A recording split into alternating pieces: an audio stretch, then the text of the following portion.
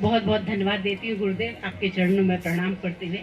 माँ रेवा के तट पे, रेवा में जन्मी हुई, रेवा की मिट्टी की सुगंध को जीवन में एहसास किया है और यहीं की पली पुसी हुई, और इसी रेवा तट पे आज मुझे अपने पिताजी के लिए सम्मान देने का ये जो सौभाग्य प्राप्त हुआ है, तो मैं बहुत अपने आप को सौभाग्यशाली समझती हूँ और आपको बहुत बहुत धन्यवाद देती हूँ कि आपने हमें यहाँ आवाज़ दी, बुलाया।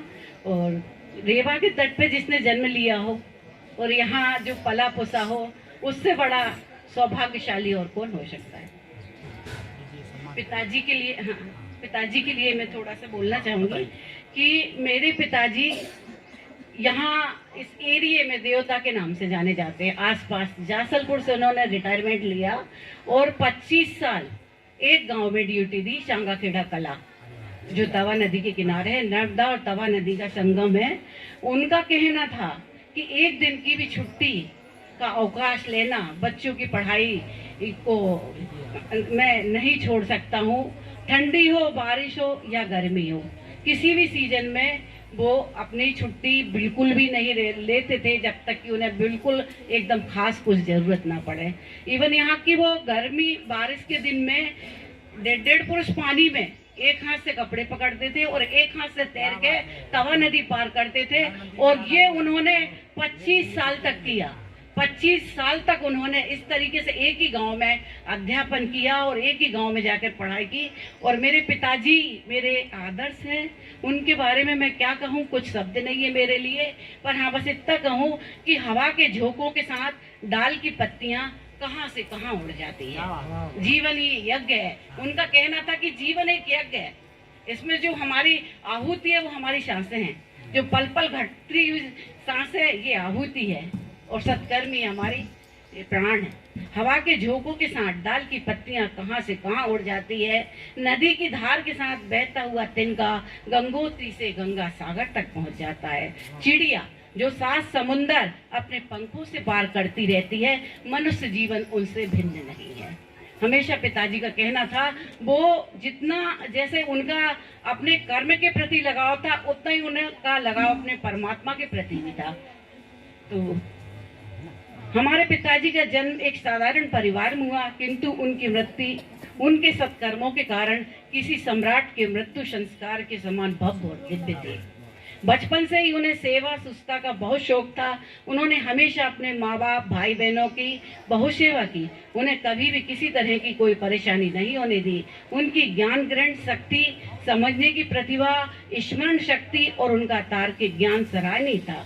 अपनी इस विलक्षण प्रतिभा के कारण ही उन्होंने गाँव में रहकर शिक्षा में सफलता प्राप्त की। आगे चलकर 2 विषयों में कला स्नातकोत्तर परीक्षाएं उत्तीर्ण की। वे शासकीय सेवा करते रहे और पढ़ाई भी जारी रखी। अनुशासन में कठोर थे, किंतु अभावग्रस्त, जरूरतमंद और पीड़ित मानवता के लिए दया के समुद्र थे। उन्होंने कभी किसी को खाली हाथ नहीं लौटाया। हाँ, तो ये मैं नहीं दे रही हूँ, मेरे ख्याल से ये उन्हीं का ही मेरे ऊपर आशीर्वाद है। मैं तो कुछ भी नहीं हूँ। विद्वानों को वो विशेष आदर देते थे।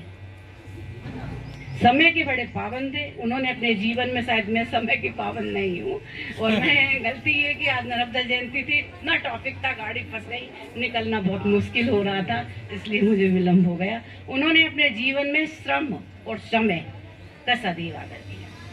उनका संपूर्ण जीवन एक पवित्र गाथा है जिसे अनुभव किया जा सकता है। आज हमारे परिवार का जो स्वरूप है वह हमारे पिताजी का हम सभी के प्रति स्नेह, ममता, समता व संस्कार का उपहार है। और इन सभी अनुभवों के आधार पर ही ये संस्कार की विरासत हमें मिली, जो घर परिवार एवं समाज के लिए मार्गदर्शक साबित होगी। मैं अपने पिताजी को अपना आदर्श पुरुष मानती हूँ। उनके जीवन मूल्यों पर ही मैंने अपने जीवन को गतिशील बनाने का प्रयास किया है। उनके जीवन के 3 शाश्वत मूल्य थे: सत्यनिष्ठा, श्रमशीलता और दान। श्रम, धर्म व दान, इन तीनों दैविक मूल्यों पर ही वे आजीवन चलते रहे। अपने धर्म का सदैव पालन करते हुए उन्होंने सभी धर्मों का आदर किया। वे जीवन में घटित होने वाली घटनाओं को सहज भाव से स्वीकार करते थे। उन्हें अपने किसी भी निर्णय पर कभी पछतावा नहीं हुआ। वे हमेशा कहते थे, जो भी होता है अच्छे के लिए होता है, हमेशा सुख में रहोगे तो दुख की अनुभूति कैसे जानोगे। अंधेरे के बिना प्रकाश का आनंद नहीं मिलता। इन सभी गुणों के कारण ही शायद उन्होंने अपने बड़े बेटे स्वर्गीय श्री दिनेश, जो 18 साल की उम्र में इस दुनिया से विदा हो गया था, खोने के बाद अपने आप को मजबूत बनाया और इस कष्ट से सारे परिवार को भी उबारा।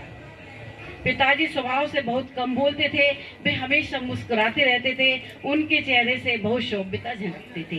कर्म तुम्हारे अच्छे हैं तो किस्मत तुम्हारी दासी है, मन तेरा साफ है तो घर में मथुरा काशी है। बस इतना ही कहूँगी। मेरे पिताजी है, ये मेरी भतीजी है, मंझले भैया की बिटिया है, कुमकुम जायसवाल। धन्यवाद। हाँ।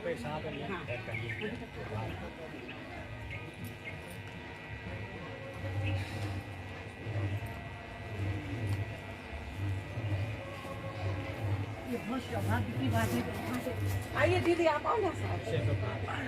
ऐसे ही पढ़ाई हमारी बहुत मदद है। दीदी है, इनका सानिध्य बहुत मिला है मुझे सीखने में।